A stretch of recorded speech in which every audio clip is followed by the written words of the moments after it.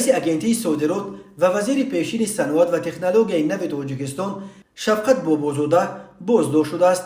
نهادهای دولتی تاجیکستان در این باره خبر ندادند، اما منابع رادیوی آزادی گفتند بابازاده به قلابه مخصوصا کلان گمانبر است. نظر وزیر پیشین، وکیل و نزدیکان او هنوز دسترس نشده است. یک منبع آگاه از قضیه به شرط ذکر نشدن نامش روز 26 سپتامبر به رادیو آزادی گفت شفقت بابازاده 2 هفته پیش بازداشت شده. ضد او بر پایه بند 247 قسم 4 کودکس جنایی قلابه در حجم مخصوصا کلان پرونده کشیدند. این بند قانون جریمه و یا از 8 تا 12 سال زندان را پیش بینی میکند. بازداشت او بر اساس شکایت یک شرکت خارجی صورت گرفت.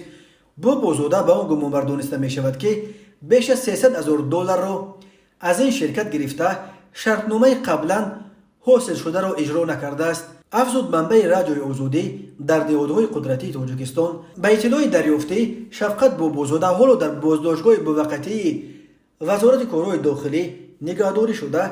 پروندهش را مفتش دادستانی کل تحقیق میکند. شفقت بابازاده 60 ساله بوده. از سال 2019 رهبر اگنتی صادرات تاجیکستان است. از سال 2013 تا 2019 وزیر صنعت و تکنولوژی های نو تاجیکستان بود.